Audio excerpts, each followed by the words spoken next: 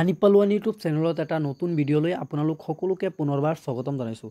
সব বন্ধুসকল, ফাইনালি আপোনালোকৰ কাৰণে বহুত ভাল খবৰ, কিয়নো আপোনালোকে যিসকল হিতাধিকাৰীয়ে চৰকাৰী ঘৰৰ কাৰণে জিঅ' ট্যাগিং কৰিছিলে বা আগতে আপোনালোকৰ চৰকাৰী ঘৰৰ মানে যিটো ফাইনাল হোৱা ভেৰিফিকেশ্যন লিষ্ট, সেই লিষ্টত যদি আপোনালোকৰ নাম আহিছিলে, তো আপোনালোকৰ ভাৱে বহুত ভাল খবৰ। আপোনালোকে অতি সোনকালে পাবলৈ গৈ আছে চৰকাৰী ঘৰৰ টকা বা চৰকাৰী ঘৰ আপোনালোকে অতি সোনকালে পাবলৈ গৈ আছে। আপোনালোকে যিসকলে নতুনকৈ জিঅ' ট্যাগিং কৰিছিলে বা যিসকলে আগত চৰকাৰী ঘৰৰ কাৰণে আপোনালোকে এপ্লাই কৰিছিলে অনলাইনত বা অফলাইনত, ইতিমধ্যে কিন্তু সেইসকলৰ ফাইনেল হোৱা ভেৰিফিকেশ্যন লিষ্ট আহি গৈছে। গতিকে আপোনালোকে যিসকলৰ মানে আপোনাৰ নামটো এই লিষ্টত আছে বা আপোনাৰ নামটো সিলেকশ্যন হৈছে, তো আপুনি অতি সোনকালে চৰকাৰী ঘৰৰ প্ৰথম কিস্তিৰ টকা লাভ কৰিব পাৰিব। আৰু কিছুমানে কমেণ্ট কৰি সুধি আছে যে আমি মানে এই চৰকাৰী ঘৰৰ মানে এপ্লাই কৰিছিলোঁ, তো আমি লিষ্টখন মানে চেক কৰিছোঁ, সেই লিষ্টত কিন্তু আমাৰ নাম অহা নাই। আপোনালোকে চাওক, আপোনাৰ নামটো সেইকাৰণে অহা নাই। আপোনালোকে হয়তো আপোনাৰ যিটো আপুনি অবৈধ এজন হিতাধিকাৰী হয়, আপুনি এই চৰকাৰী ঘৰ পাবলৈ আপুনি যোগ্য নহয়, সেইকাৰণে কিন্তু আপোনালোকক দিয়া নাই। আৰু যোগ্য হোৱাৰ কাৰণ মানে আপোনালোকক চৰকাৰে কিছুমান নিয়ম কানুন বান্ধি দিছিলে। আপোনালোকে যদি সেই নিয়ম কানুনৰ ভিতৰত যদি আপোনালোকে পৰিছে, তেনেহ'লে কিন্তু আপোনালোকৰ লিষ্টৰ পৰা নামটো কটা গৈছে বা আপোনালোকৰ লিষ্টত নামটো অহা নাই। আৰু যিসকলে নেকি মানে আপোনাৰ বছৰেকত আপোনাৰ 2 লাখ টকা মানে আয় থাকিব লাগিব, আৰু আপোনালোকৰ মানে যিটো মাটিৰ পট্টা আছে সেইটো থাকিব লাগিব, আৰু কিবা আপোনালোকৰ নথি পত্ৰ আছিলে, মানে আপোনাৰ প্ৰমাণ পত্ৰকেইটা আপোনালোকৰ যদি ঠিক ঠাক আছে, তেনেহ'লে কিন্তু আপোনাৰ নামটো এই লিষ্টত আহি গৈছে। আৰু যদি আপুনি এজন যোগ্য হিতাধিকাৰী হয় বা আপোনাৰ বছৰেকত 2 লাখ টকাতকৈ বেছি আপোনাৰ আয় হ'ব নোৱাৰিব, আৰু আপুনি যদি মানে আপোনাৰ ঘৰত বা আপোনাৰ পৰিয়ালত বা আপুনি যদি চৰকাৰী চাকৰি এখন পাই আছে, আপুনি নোৱাৰিব। আৰু যদি আপোনাৰ 4 চকা আছে, আপুনি সেই মানে চৰকাৰী ঘৰটো আপোনালোকে লাভ কৰিব নোৱাৰিব। এনেকুৱা বহুত ধৰণৰ আইন কানুনসমূহ চৰকাৰে বান্ধি দিছিলে, যিসকলে মানে চৰকাৰী ঘৰ পাবলৈ মানে সক্ষম হ'ব বা যোগ্য হ'ব, সেইকাৰণে বান্ধিছিলে। তো আপোনালোকে সেইসকলৰ মানে যিসকলে মানে এই নামটো আপোনালোকৰ কটা গৈছে, আপোনালোকে এই লিষ্টৰ পৰা নামটো কাটি দিয়া হৈছে, সেইকাৰণে আপোনালোকে মানে এজন যোগ্য হিতাধিকাৰী নহয় বা আপোনালোকে এই চৰকাৰী ঘৰটো পাবলৈ এজন যোগ্য নহয়। গতিকে তো আপোনালোকে কেনেকৈ গম পাব যে এই লিষ্টত আপোনাৰ নামটো আছেনে নাই?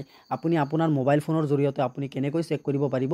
আপুনি আপোনাৰ মোবাইল ফোনৰ জৰিয়তে আপুনি আপোনাৰ নামটো এই লিষ্টত আছেনে নাই বুলি সঁচা মিছা আপুনি কেনেকৈ চেক কৰিব পাৰিব? মই আজিৰ এইটো ভিডিঅ'ত আপোনালোকক ষ্টেপ বাই ষ্টেপ মই আপোনালোকক গাইড দিম বা আপোনালোকক মই দেখুৱাই দিম। আপোনালোকে এই ভিডিঅ'টো অলপো স্কিপ নকৰাকৈ একেবাৰে প্ৰথমৰ পৰা শেষলৈ চাই থাকিব।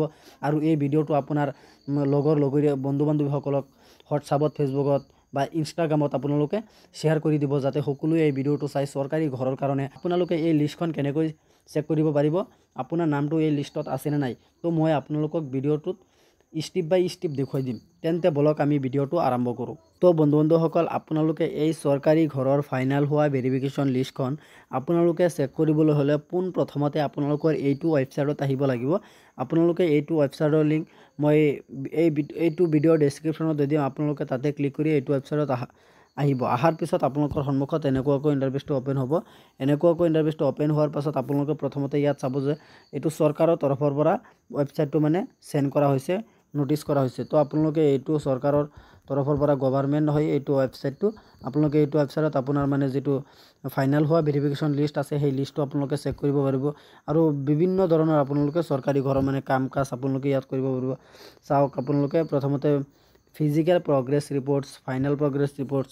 গতিকে আপোনালোকে লিষ্টখন চেক কৰিবলৈ হ'লে আপোনালোকে পোনপ্ৰথমতে একেবাৰে তলত আপোনালোকে স্ক্ৰল ডাউন কৰিব লাগিব। একেবাৰে তলত গৈ পেলাই আপোনালোকে চাব যে H নম্বৰত আপোনালোকৰ লিখা আছে social audit reports, beneficiary details for verification. গতিকে আপোনালোকৰ মানে যিসকলৰ মানে চৰকাৰী ঘৰৰ কাৰণে ভেৰিফিকেশ্যন কৰা হৈছে, আপোনালোকে সেই লিষ্টখন আপোনালোকে চেক কৰিব হ'লে পোনপ্ৰথমতে আপোনালোকে এই H নম্বৰত আপোনালোকে এটা ক্লিক কৰি দিব। চিম্পলি আপোনালোকে ইয়াত এটা ক্লিক কৰাৰ লগে লগে আপোনালোকৰ ৱেবছাইটটো অলপ লোডিং হ'ব। লোডিং হোৱাৰ পাছত আপোনালোকৰ সন্মুখত এনেকুৱাকৈ ইণ্টাৰফেচটো অ'পেন হ'ব। এনেকুৱাকৈ ইণ্টাৰফেচটো অ'পেন হোৱাৰ পাছত আপোনালোকে ইয়াত চাব যে প্ৰথমতে আপোনালোকৰ ষ্টেটটো আপোনালোকে চিলেক্ট কৰিব, তাৰপিছত আপোনালোকৰ ডিষ্ট্ৰিক্টটো আপোনালোকে চিলেক্ট কৰিব। মই মানে মোৰ এক্সাম্পলৰ কাৰণে মই এখন ডিষ্ট্ৰিক্ট মই চিলেক্ট কৰি ল'লোঁ। গতিকে আপোনালোকৰ নিজৰ ডিষ্ট্ৰিক্টটো আপোনালোকে চিলেক্ট কৰিব। চিলেক্ট কৰাৰ পাছত আপোনালোকৰ সন্মুখত আকৌ মানে আপোনাৰ ৱেবছাইটটো লোডিং হ'ব। তাৰপিছত আপোনালোকে আপোনাৰ মানে যিটো ব্লক আছে, আপোনাৰ ব্লক নাম কোনটো হয়, আপোনাৰ ব্লকৰ নাম কোনটো হয়, আপোনালোকে ব্লকটো আপোনাৰ চিলেক্ট কৰিব লাগিব। তাৰপিছত আপোনালোকৰ মানে যিটো গাঁও আছে, সেই গাঁওটো আপোনালোকে চিলেক্ট কৰিব লাগিব। আকৌ তলফালে স্ক্ৰল ডাউন কৰিব লাগিব। স্ক্ৰল ডাউন কৰাৰ পিছত আপোনালোকে তলত ক্লিক কৰিব আপোনাৰ যিটো মানে হেৰি হয় আপোনাৰ মানে যিটো ভেৰিফিকেশ্যন লিষ্ট আছে সেই লিষ্টটো আপোনালোকে কোনটো মাহত আপোনালোকে চেক কৰিব বিচাৰে গতিকে আমি 24ৰ পৰা 25ত মানে আমি চেক কৰিব বিচাৰোঁ 24ৰ পৰা 25ত আপোনালোকে ক্লিক কৰি দিব তাৰপিছত আপোনালোকে ইয়াত এটা তলফালে আপোনালোকে ইয়াত চাব যে আৰু এখন অপশ্যন আছে সিলেক্ট বুলি দেখুৱাই আছে গতিকে আপোনালোকে ইয়াত এটা সিলেক্ট কৰিব লাগিব গতিকে আপোনালোকৰ ঘৰ কোনটো আছিলে প্ৰধানমন্ত্ৰী আৱাস যোজনা নিশ্চয় ইজনা গ্ৰামীণ গতিকে আপোনাৰ এইটোত প্ৰথমতে আপোনালোকৰ এইটোত এটা ক্লিক কৰিব লাগিব এইটোত ক্লিক কৰাৰ পাছত আপোনালোকৰ ৱেবছাইটটো অলপ লোডিং হ'ব লোডিং হোৱাৰ পাছত আকৌ আপোনালোকৰ সন্মুখত এনেকুৱা ইণ্টাৰফেচটো ওপেন হ'ব এতিয়া কিন্তু আপোনালোকৰ এটা এনসাৰ দিব মানে কুৱেশ্যন ইয়াত দিয়া থাকিব ইয়াত প্ৰথমতে লিখা হৈ আছে 66 - 60 গতিকে আপোনালোকে অংকটো ইয়াত পাতি দিব লাগিব 66ৰ পৰা 60 গ'লে কিমান হয় 6 হয় গতিকে আপোনালোকে অংকটো পাতি দিব যেতিয়া আপোনালোকে অংকটো পাতিব তেতিয়া কিন্তু আপোনালোকৰ তলফালে আপোনালোকে ইয়াত চাব লক্ষ্য কৰি যে সাবমিট বুলি লিখা আছে গতিকে আপোনালোকে সিম্পলি সাবমিটত এটা ক্লিক কৰিব যেতিয়া আপোনালোকে সাবমিটত এটা ক্লিক কৰিব তেতিয়া কিন্তু আপোনালোকৰ ৱেবছাইটটো অলপ লোডিং হ'ব লোডিং হোৱাৰ পাছত আপোনালোকৰ সন্মুখত এনেকুৱাকৈ ইণ্টাৰফেচটো ওপেন হৈ যাব তাৰপিছত আপোনালোকে তলফালে এনেকৈ স্ক্ৰল ডাউন কৰিব আপোনালোকে যদি বিচাৰে যে মই মোৰ মানে এই পিডিএফটো মই ডাউনলোড কৰি লওঁ পিডিএফ কৰি ল'ব এক্সেল কৰি ল'ব আপোনালোকে ডাউনলোড কৰি আপোনাৰ মোবাইলতো ৰাখিব পাৰিব গতিকে আপোনালোকে ইয়াত চাওক যে আপোনালোকৰ যিটো ভেৰিফিকেশ্যন লিষ্টটো সেই লিষ্টটো কিন্তু আপোনালোকৰ ইয়াত আহি গৈছে গতিকে প্ৰথমতে আপোনালোকে ইয়াত চাব যে সিৰিয়াল নাম্বাৰ থাকিব প্ৰথমতে তাৰপিছত beneficiary father's sports name registration নাম্বাৰটো আপোনালোকৰ ইয়াত প্ৰথমতে থাকিব লগতে কিন্তু আপোনাৰ বেনিফিচিয়াৰী নামটো থাকিব আৰু ফাদাৰ্ছ নেম বা হাজবেণ্ডৰ নেমটো থাকিব আৰু স্কিম ফাইনেন্সিয়েল ইয়াৰ 2024 আৰু 25ৰ পৰা তাৰপিছত আপোনালোকে ইয়াত মানে তলফালে স্ক্ৰল ডাউন কৰিলে আপোনালোকে ইয়াত দেখা পাব যে এই মানে কোনে কোনে পাইছে বা পোৱা নাই বিপিএল ফেমিলি আইডি নং কি আছে আপোনালোকৰ সব তথ্য আপোনালোকে ইয়াত চাব পাৰিব তো আজি এইখিনি আছিল আপোনালোকক দিবলগীয়া ইনফৰমেশ্যন আশা কৰিছোঁ ভিডিঅ'টো চাই ভাল পালে যদি ভিডিঅ'টো চাই ভাল পালে ভিডিঅ'টোত এটা লাইক কৰি দিব আৰু আপুনি যদি আমাৰ চেনেলত পোনপ্ৰথমবাৰৰ বাবে আহিছে তেনেহ'লে চেনেলটো ছাবস্ক্ৰাইব কৰিবলৈ নাপাহৰিব